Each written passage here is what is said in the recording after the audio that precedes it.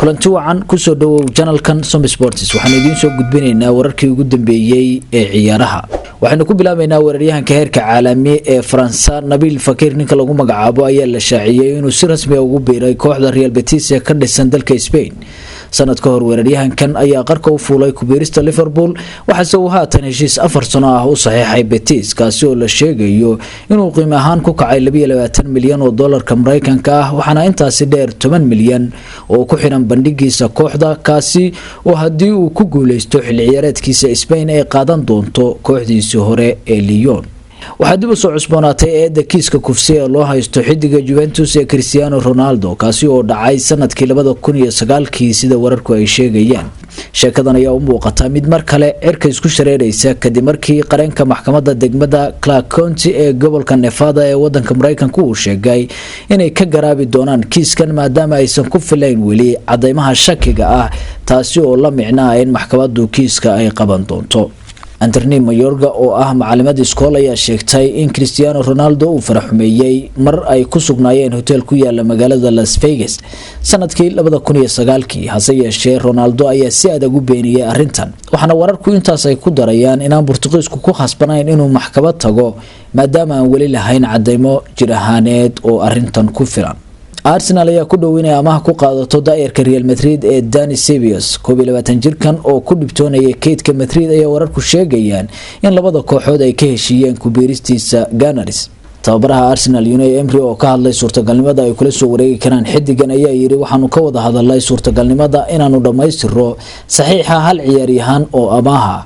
waxaanu haysanaa magacyo badan midaasi ayaanu naadigu ka shaqeynaya Ceballos waa ciyaaryahan wanaagsan si fiican ayuu u ciyaaray kulamadiisii 22 jirada Spain waxa uu tartanka kula guuleystay xulka qarankiisa waa xidig ka ciyaari kara khadka dhexe iyo booska tobnaad labadaba dhinaca kale Arsenal ayaa u muuqata inay ka wacatay guud ahaan saxiixa Wilfried Zaha kaasi oo Gunners ay ku doonaysay saxiixiisa Mohamed El Nene iyo xidig kale oo daayar ah oo ay amaah ku qaataan Palace kuwaasi oo qayb ka noqda heshiiska ay kooxdu ku doonaysay inay xidigan kula soo wareegto hase yeeshee waxay haatan u muuqataa in saxiixyo kale ay u wacdeen waxa kale oo warbaahinta South America ay beenisay inuu daayarka kooxda Gramo ee Everton lagu magacaabo oo tijaabada caafimaadka u maray Arsenal taasi oo hore loo tabinayay waxaana wararku ay intaas ku darayaan inaan xidigani haatan ku jirin saxiixyada ay muhiimadda siinayso Arsenal bartilmaameedka Portugiiska ah ee Manchester United Bruno Fernandes oo hadlaya ayaa sheegay inuu doonayo ka ciyaarista horyaalka England hase yeeshee taasi ay u taalo kooxda isaga doonaysa waxaana tani muujinaysaa rabitaanka xidigan ee Manchester United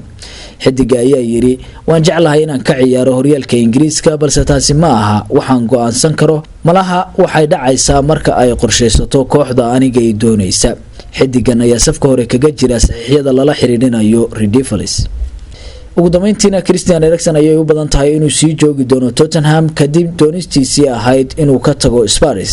xidiga oo finalkii Champions League kadib sheegay inuu isaga tagayo kooxda reer London ayay hadda u badan tahay inuu heshiis cusub saxiixo sida ay ku waramayso The Mirror warkii Som Sports intaas ayuu ku egyahay ku xirnow channelkan Som Sports oo subscribe si aad u heshid warar dheeraad ah waxaad sidoo kale wararkan oo faahfaahsan aad ka heli kartaa boggeena Facebook ee Som Sports